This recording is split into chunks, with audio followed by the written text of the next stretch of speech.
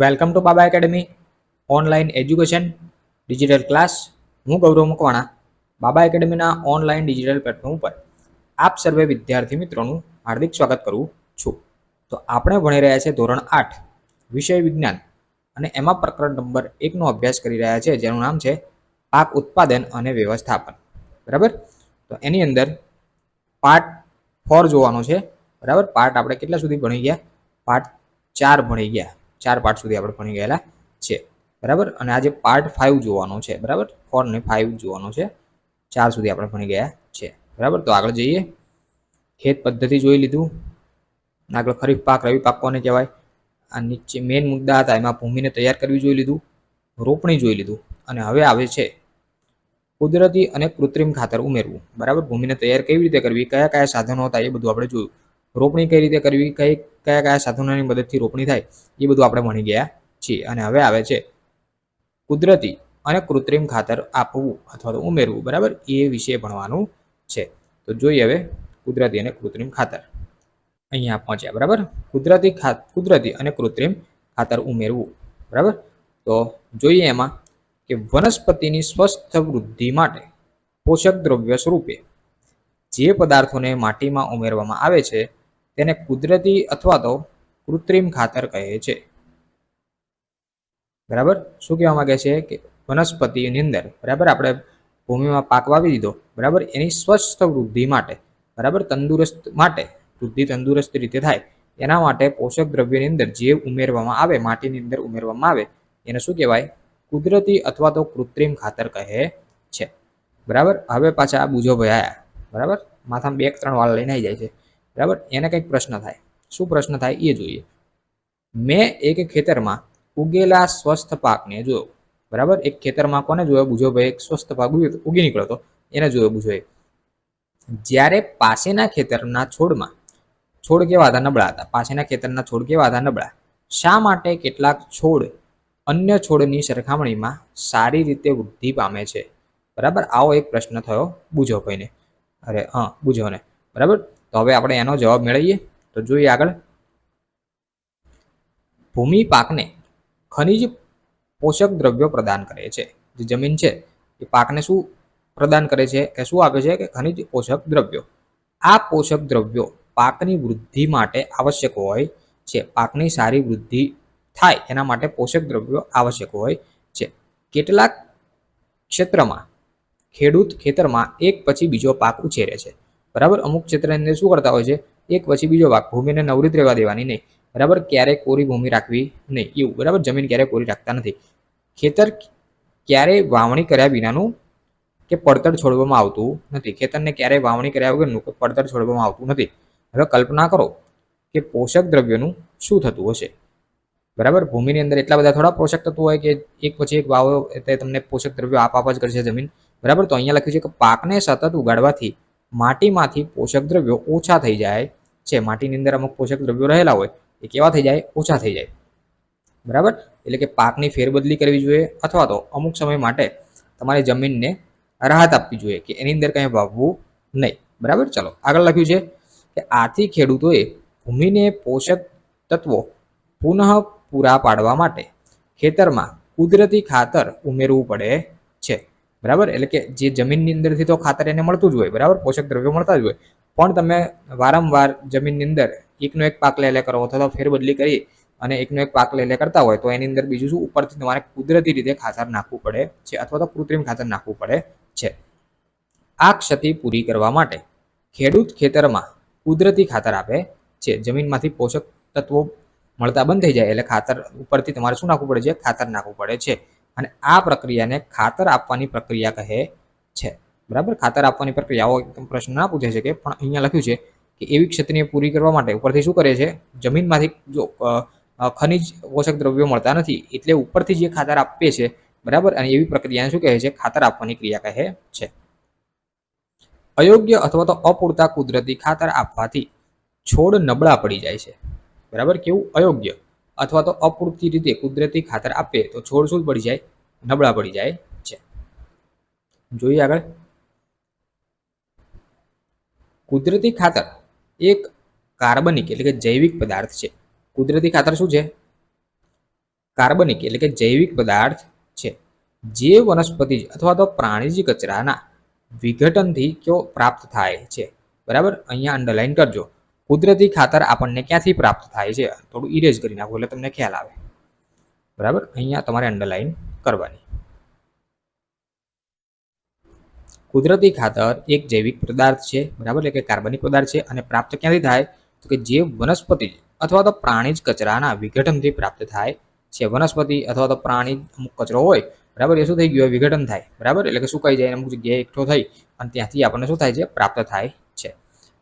ખેડૂત વનસ્પતિ તેમજ પ્રાણીજ કચરાને ખુલ્લા સ્થળોએ એક ખાડામાં એકઠા કરી તેનું વિઘટન થવા દે છે. બરાબર, અમુક જગ્યાએ અમુક જેમ કે ફળાદી છે એના બગડી ગયેલા કચરો, મતલબ કે કહેવાનો મતલબ કે ખુલ્લો કચરો ટોટલી, બરાબર, એને શું કરવાનું, વિઘટન થવા દેવાનું અને કેટલાક સમય સુધી સૂક્ષ્મ જીવો દ્વારા એ શું થાય છે, ઉત્પન્ન થાય છે અને આ વિઘટિત પદાર્થને કુદરતી ખાતરના સ્વરૂપમાં ઉમેરવામાં આવે છે. ક્યાં તો કે ખેતરમાં.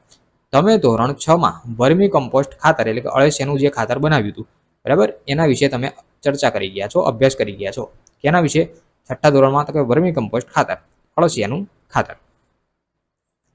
બરાબર, એ અત્યારે અહીંયા નથી ભણવાનું, પણ અહીંયા તમને ખાલી યાદ અપાવ્યું. હવે અહીંયા આપ્યું છે પ્રવૃત્તિ 1.2. પ્રવૃત્તિ 1.2. હવે પ્રવૃત્તિ શું કહેવા માંગે છે એ થોડી આપણે સમજીએ. મગ અથવા તો ચણાના દાણા લઈને તેને અંકુરિત કરો. શું લેવાનું? મગ અથવા તો ચણાના દાણા અંકુરિત કરો એટલે કે 1-2 દિવસ સુધી પાણીમાં પલાળી રાખીએ. આમ 2 દિવસ નહીં, પણ 1 કે 1.5 દિવસ સુધી તમે પાણીમાં પલાળી રાખો એટલે શું થઈ જાય, એમાંથી અંકુરિત એટલે કે જે ફણગાયેલા મગ કહીએ ને, બરાબર, એટલે એ રીતે ઉગી નીકળે, કહેવાનો મતલબ કે ઉગી નીકળે. તેમાંથી સમાન કદના 3 પ્રાંકુરને પસંદ કરો, એટલે કે 3 દાણાને લેવાના. એની અંદરથી શું લેવાના? સમાન કદના, સરખા દેખાય એવા 3 દાણા લેવાના, પ્રાંકુરને પસંદ કરો. હવે પહેલામાં અથવા તો તેના જેવા પાત્ર લો, બરાબર. હવે તો 3 પ્યાલા એટલે ગ્લાસ લેવાના અથવા તો એના જેવા કોઈ પાત્ર લેવાના. તેને A, B અને C નામ આપો અથવા તો નિશાની કરો. શું કરવાનું? પહેલા તો મગ અથવા તો ચણાને અંકુરિત કરી દેવા, એટલે કે પલાળી અને એને ફણગી જાય ત્યાં સુધી રાખવા. એમાંથી 3 એવા દાણા લેવાના, પ્રાકૃત એટલે કે પસંદ કરો, અને 3 ગ્લાસ લેવો, બરાબર, જેનું નામ આપો A, B અને C. પ્યાલા A માં થોડી માત્રામાં થોડી માટી લઈને થોડું શું નાખો, છાણિયું ખાતર નાખવાનું છે. એ નંબરનો ગ્લાસ તમે લીધો, બરાબર, એની અંદર શું કરવાનું, થોડી માત્રામાં એટલે કે થોડી માટી લેવાની, થોડીક માટી લેવાની અને બીજું શું નાખવાનું, છાણિયું ખાતર નાખવાનું. એ જ રીતે બી ગ્લાસમાં શું લેવાનું, સમાન માત્રામાં માટી લઈ, એટલે કે જે એમાં માટી લીધી હતી એટલી જ માટી લેવાની અને તેમાં થોડું શું નાખશો, યુરિયા ખાતર ઉમેરો, બરાબર, યુરિયા ઉમેરવાનું. એ જ રીતે સીમાં કાંઈ પણ ઉમેર્યા વિના સમાન માત્રામાં માટી લો, બરાબર. જો ફરી વખત કહી દઉં, 3 ગ્લાસ લેવાના, બરાબર. એની અંદર એ ગ્લાસની અંદર શું કરશો તો કે થોડી માટી લેવાની અને એમાં શું નાખવાનું તો કે છાણિયું ખાતર નાખવાનું, બરાબર. પછી શું કરવાનું, બી ગ્લાસ લેવાનો, એની અંદર જે એમાં માટી લીધી હતી એટલી જ માટી લેવાની, પણ બીજું ખાતર કયું નાખવાનું તો કે યુરિયા ખાતર ઉમેરો. અને સી ગ્લાસ લેવાનો, એમાં જે એ અને બીમાં જેટલી માટી લીધી એટલી જ માટી લેવાની, બરાબર. સીમાં કાંઈ પણ ઉમેર્યા વગર સમાન માટી લો, બરાબર, એટલે કે માટી લેવાની પણ બીજું કંઈ એની અંદર નાખવાનું થતું નથી. આકૃતિ 1.3 એ દર્શાવી છે, તો જોઈ લઈએ આપણે નીચે આકૃતિ 1.3. આ બતાવીએ આકૃતિ 1.3 પ્રયોગની તૈયારી, બરાબર. અહીંયા તમને થોડું ઝાંખું દેખાશે, બરાબર, કારણ કે નેચરલ રિયલ ફોટો છે એટલા માટે. ચલો આગળ લખ્યું છે કે હવે દરેક પ્યાલામાં સમાન માત્રામાં પાણી ઉમેરીને પ્રાંકુરને રોપી દો, બરાબર, એટલે કે જે બીજ છે, બરાબર, એને શું કરવાના, રોપી દેવાના. શું લેવાનું? સમાન માત્રામાં પાણી, એટલે કે સરખું પાણી લેવાનું 3 ગ્લાસમાં, અને જે તમે બીજ લીધા છે એને શું કરવાના, રોપી દેવાના. તેને સુરક્ષિત સ્થાન પર શું કરવાના, મૂકી દો અને દરરોજ પાણી આપો. એક સારી જગ્યાએ મૂકી દેવાના, દરરોજ પાણી આપવાનું. ક્યાં કેટલા સુધી પાણી આપવાનું તો કે 7 થી 10 દિવસ પછી વૃદ્ધિનું અવલોકન કરો. 7 થી 10 દિવસ પછી શું કરવાનું, એની અંદર કેટલી વૃદ્ધિ થઈ છે એનું અવલોકન તમારે કરવાનું છે. જોઈએ હવે વૃદ્ધિ કેટલી થઈ, તો આ એ ગ્લાસ, આ બી ગ્લાસ અને આ સી ગ્લાસ. અહીંયા નીચે લખ્યું છે પ્રાકૃતનો કુદરતી અને કૃત્રિમ સાથે ઉછેર, બરાબર. જે સી ની અંદર તમે શું નાખ્યું હતું, માટી લીધી હતી અને પાણી નાખ્યું હતું, બીજ રોપ્યું હતું, બરાબર. બી ની અંદર શું નાખ્યું હતું, માટી નાખી હતી, પાણી નાખ્યું હતું અને બીજું શું નાખ્યું હતું, બીજ અને પણ એની અંદર નાખ્યું હતું યુરિયા ખાતર અને એની અંદર તમે છાણિયું ખાતર નાખેલું હતું. જો ત્રણેયની અંદર બીજ વાવ્યા, બરાબર, ત્રણેયની અંદર સરખી માટી લીધી અને ત્રણેયની અંદર સરખું પાણી લીધું. ખાલી અલગ શું પડ્યું તો કે પહેલામાં કુદરતી ખાતર, બીજામાં યુરિયા ખાતર અને ત્રીજામાં કશું નહીં. બરાબર, આટલી વસ્તુ હતી. શું ત્રણેય પ્યાલામાં છોડની વૃદ્ધિની માત્રા એક જ સમાન હશે? બરાબર છે, ત્રણેયમાં એક જ સમાન હશે. કયા પ્યાલામાં છોડની વૃદ્ધિ સારી હશે? સૌથી સારી વૃદ્ધિ કેમાં હશે એ ચેક કરો.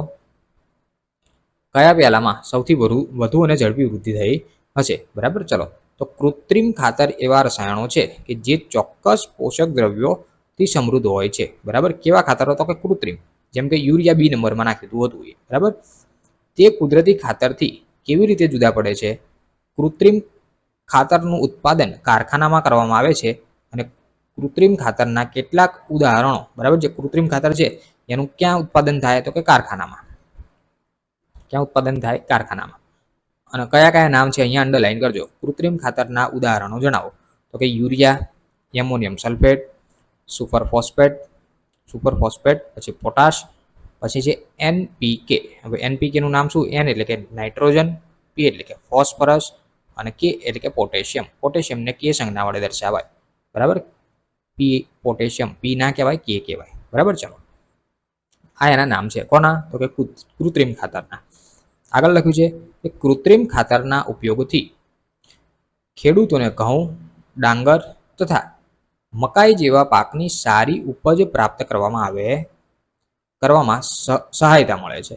બરાબર, કૃત્રિમ ખાતર છે એનાથી કયા કયા? તો કે ઘઉં, ડાંગર અને મકાઈ જેવી જે પાક છે એમાંથી સારી ઉપજ પ્રાપ્ત કરવા માટે સહાયતા મળે છે. પરંતુ કૃત્રિમ ખાતરના અત્યંત વધારે ઉપયોગથી જમીનમાં ફળદ્રુપતા શું થઈ જાય? ઘટી જાય. એટલે આપણે જેમ બને એમ કૃત્રિમ કરતા કુદરતી ખાતરનો ઉપયોગ કરવો જરૂરી હોય છે.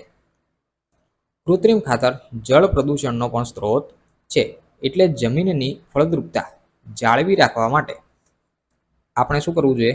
કૃત્રિમ ખાતરના સ્થાને કુદરતી ખાતરનો ઉપયોગ કરવો જોઈએ. કહેવા શું માંગે છે કે જે જમીનની ફળદ્રુપતા જાળવી રાખવી હોય તો આપણે શું કરવું જોઈએ? કૃત્રિમ ખાતરની જગ્યાએ કુદરતી ખાતરનો ઉપયોગ કરવો જોઈએ.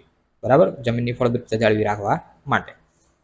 અથવા બે પાકની વચ્ચે ખેતરને વાવ્યા વગર એટલે કે પડતર રાખવું જોઈએ. કોઈ પણ બે પાક લો, પહેલી વખતે ઘઉં લીધો, પછી ડાંગર લીધો, પછી એક વખત ખાલી રાખવાનો, પછી ફરી વખત બે પાક લેવાના. ઘઉં ડાંગર લો, પછી એક વખત આખો વર્ષ ખાલી રાખો. બરાબર, એ રીતે બે વખત બે પાક લઈ અને ત્રીજી વખત પડતર રાખવાથી જમીનની ફળદ્રુપતા જળવાઈ રહે છે. જોઈએ આગળ. કુદરતી ખાતરનો ઉપયોગ જમીનનું બંધારણ સુધારે છે. જે કુદરતી ખાતર તમે નાખશો, બરાબર, કૃત્રિમ ખાતરથી ફટાફટ ઉગશે. જો અહીંયા જોયું, બરાબર, બી નંબરમાં જો વધારે પડતું ઉગી ગયું છે. બરાબર, અહીંયા થોડું ઇરેજ કરી નાખો એટલે તમને ખ્યાલ આવશે. જો એ નંબરમાં શું નાખ્યું હતું? તો કે એ નંબર જો ત્રણમાં તો પેલા પાણી, પછી બીજ વાવ્યું અને બીજું શું નાખ્યું? તો કે માટી. ત્રણમાં સરખું જ નાખ્યું. બરાબર, પણ એ નંબરમાં તમે કુદરતી ખાતર નાખ્યું હતું, બીજામાં કૃત્રિમ તો કે યુરિયા હતું અને ત્રીજામાં કંઈ નહોતું નાખ્યું. બરાબર, અને બીમાં વૃદ્ધિ સારામાં સારી થઈ. કેમ? કેમ કે કૃત્રિમ ખાતર નાખ્યું. બરાબર, માણસે બનાવેલું, કારખાનામાં જે બનેલું હતું એ નાખેલું હતું. કુદરતીથી વૃદ્ધિ સારી થાય પણ ધીમે ધીમે થાય, ઝડપી થાય નહીં. અહીંયા લખ્યું છે કે કુદરતી ખાતરનો ઉપયોગ જમીનનું બંધારણ સુધારે છે. કૃત્રિમ ખાતર બગાડે, કુદરતી ખાતર સુધારે. તેમજ તેની જળધારણ ક્ષમતામાં વધારો કરે છે. તે જમીનમાં પોષક તત્વોની પૂર્તિ કરે છે. જમીનની અંદર પોષક તત્વો ઘટી જતા હોય તો એની પૂર્તિ કરે છે. બરાબર, આગળ જોઈએ. જમીનમાં પોષક દ્રવ્યોની પૂર્તિ માટેની અન્ય એક રીત છે પાકની ફેરબદલી. બરાબર, પાકની ફેરબદલી કરીએ, એક વખત ઘઉં, બીજી વખત ડાંગર, ત્રીજી વખત કંઈ અલગ. બરાબર, એ રીતે તમે પાકની ફેરબદલી કરો તો શું થાય? જમીનમાં પોષક દ્રવ્યો જળવાઈ રહે. તેમાં જુદા જુદા પાકની એકાંતરે ઉછારવામાં આવે છે. પહેલા ઉત્તર ભારતમાં ખેડૂતો એક ઋતુમાં કઠોળ ઉગાડતા અને બીજી ઋતુમાં ઘઉં ઉગાડતા હતા. તેનાથી જમીનમાં શું થાય? નાઇટ્રોજનની પૂર્તતા થતી હતી. ખેડૂતો આ પદ્ધતિ સ્વીકારવા માટે પ્રોત્સાહિત કરવામાં આવે. દરેક ખેડૂતોને આવી પદ્ધતિ સ્વીકારવા માટે શું કરવામાં આવે? પ્રોત્સાહિત કરવામાં આવે કે આવો તમે ઉપયોગ કરો. તો શું થાય? જમીનની અંદર જે પોષક દ્રવ્યો છે એ જળવાઈ રહે. અગાઉના ધોરણમાં તમે રાઇઝોબિયમ બેક્ટેરિયા વિશે અભ્યાસ કરી ચૂક્યા છો. બરાબર, રાઇઝોબિયમ બેક્ટેરિયા વિશે શું હતું તો કે સિમ્બિકુળની વનસ્પતિ, બરાબર, કઠોળ વર્ગની વનસ્પતિ હતી. એની મૂળની મૂળગંડિકાઓમાં શું થતી હતી, જોવા મળતી હતી. અને તેઓ વાતાવરણમાં રહેલા નાઇટ્રોજનનું જમીનમાં સ્થાપન કરે છે. બરાબર, આગળના ધોરણમાં આપણે રાઇઝોબિયમ બેક્ટેરિયા વિશે ભણી ગયા છે. ધોરણ 7 ની અંદર આવતું હતું. બરાબર, જોઈએ આગળ. હવે અહીંયા આપ્યું છે કુદરતી અને કૃત્રિમ ખાતર વચ્ચેનો તફાવત. બરાબર, મોસ્ટ આઈએમપી ટીક કરી દેવો, મોઢે કરી દેવો. બરાબર, કુદરતી ખાતર કોને કહેવાય અને કૃત્રિમ ખાતર કોને કહેવાય, બંને વચ્ચેનો તફાવત છે. બરાબર, તો અહીંયા જોઈએ તફાવત જોઈએ. બરાબર, જે ટીક કરાવું એ કરી નાખવાનું અને એક બે વખત ચોપડામાં લખી પણ નાખવાનું. કુદરતી ખાતર જોઈએ અને એની તફાવતમાં જોઈએ કૃત્રિમ અને કુદરતી ખાતર. ચલો હવે કૃત્રિમ ખાતરમાં 1 નંબર કીધું કે કૃત્રિમ ખાતર એક માનવ નિર્મિત અકાર્બનિક ક્ષાર છે. કૃત્રિમ ખાતર શું છે તો કે માનવ નિર્મિત, બરાબર, માણસે બનાવેલું અકાર્બનિક ક્ષાર. જ્યારે કુદરતી ખાતર શું છે, કુદરતી ખાતર એક પ્રાકૃતિક પદાર્થ છે જે છાણ તેમજ વનસ્પતિના અવશેષના વિઘટનથી પ્રાપ્ત થાય છે. આ માણસ બનાવતા નથી. બરાબર, કઈ રીતે પ્રાપ્ત થાય તો કે પશુ પક્ષીઓના છાણ, પછી કોઈ પણ તમે શાકભાજીના ફળ ફ્રૂટના બધે જે કચરો હોય બધો, બરાબર, એનાથી વિઘટન થઈ અને પ્રાપ્ત થતું હોય છે. 2 નંબર કૃત્રિમમાં કીધું કે કૃત્રિમ ખાતર કારખાનામાં તૈયાર થાય છે, જ્યારે કુદરતી ખાતર ક્યાં તૈયાર થાય તો કે ખેતરમાં તૈયાર કરી શકાય છે. 3 નંબર કીધું કે કૃત્રિમ ખાતરની જમીનને સેન્દ્રિય પદાર્થો પ્રાપ્ત થતા નથી. બરાબર, જમીનની અંદરથી સેન્દ્રિય ખાતરો હોય છે, પદાર્થો એ પ્રાપ્ત થતા હોતા નથી. જ્યારે કુદરતી ખાતરથી શું થાય, જમીનમાં ભરપૂર માત્રામાં સેન્દ્રિય પદાર્થો પૂરા પાડે છે. જમીનને ભરપૂર માત્રામાં શું કરે છે, સેન્દ્રિય પદાર્થો પૂરા પાડે છે. 4 નંબર જોઈએ કે કૃત્રિમ ખાતરના વનસ્પતિ માટે જરૂરી પોષક દ્રવ્યો જેવા કે નાઇટ્રોજન, ફોસ્ફરસ અને પોટેશિયમ NPK આગળ ભણ્યા એ પ્રમાણે, બરાબર, ભરપૂર માત્રામાં જોવા મળે છે. શું કહે છે કે કૃત્રિમ ખાતરમાં વનસ્પતિ અને પોષક પદાર્થો કયા કયા તો કે નાઇટ્રોજન, ફોસ્ફરસ અને પોટેશિયમ ભરપૂર માત્રામાં હોય છે. જ્યારે કૃત્રિમ ખાતર શું કહે છે કે કુદરતી ખાતરમાં વનસ્પતિ માટે જરૂરી પોષક દ્રવ્યો શું હોય છે, સાપેક્ષ રીતે પૂરા પાડવામાં આવે છે. બરાબર, તો આ આખો કોષ્ટક 1-2 વખત ચોપડામાં લખી નાખો. બરાબર, મોસ્ટ આઈએમપી કહી શકાય. બરાબર, આવો પ્રશ્ન પૂછાઈ શકે કે કુદરતી અને કૃત્રિમ ખાતર વચ્ચેનો તફાવત જણાવો. બરાબર, તો આ 4 મુદ્દા તમને યાદ હોવા જોઈએ. બરાબર, 4 મુદ્દા તમને યાદ હોવા જોઈએ. જોઈએ આગળ. પછી આગળ બીજું મોસ્ટ ટાઈમ પે આવે છે.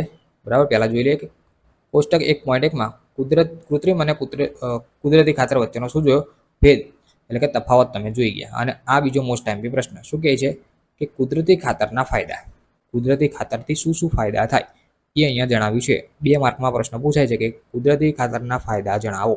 બરાબર, અને 2 માર્કમાં આવો આ જે આગળ ભણ્યા તફાવત એ પણ પૂછાય છે કે બંને પ્રશ્ન મોસ્ટ ટાઈમ પે રહેશે. તો જોઈએ કુદરતી ખાતરના ફાયદા. જૈવિક ખાતરને કૃત્રિમ ખાતરની તુલનામાં વધુ સારું ગણવામાં આવે છે. જેના મુખ્ય કારણ કયા કયા તો કે નીચે આપ્યા છે. તો કે 1 નંબર આવ્યું કે તે જમીનની જળધાર ક્ષમતામાં શું કરે છે, વધારો કરે છે. બીજું કારણ મુખ્ય, તે જમીનને છિદ્રાળુ બનાવે છે, જેનાથી વાયુ વિનિમય સરળતાથી પ્રાપ્ત થાય છે. ત્રીજું કારણ, તે ફાયદાકારક સૂક્ષ્મજીવોનો શું કરે છે, જમીનમાં વધારો કરે છે. અને છેલ્લે જમીનનું બંધારણમાં સુધારો કરે છે. બરાબર, તો કુદરતી ખાતરના ફાયદા, બરાબર, તો આ 4 તમારે યાદ રાખવાના રહેશે. બરાબર, પછી આગળ આવે છે સિંચાઈ, જે આપણે નેક્સ્ટ લેક્ચરની અંદર જોઈશું. તો આજે અહીંયા સુધી રાખીએ છીએ.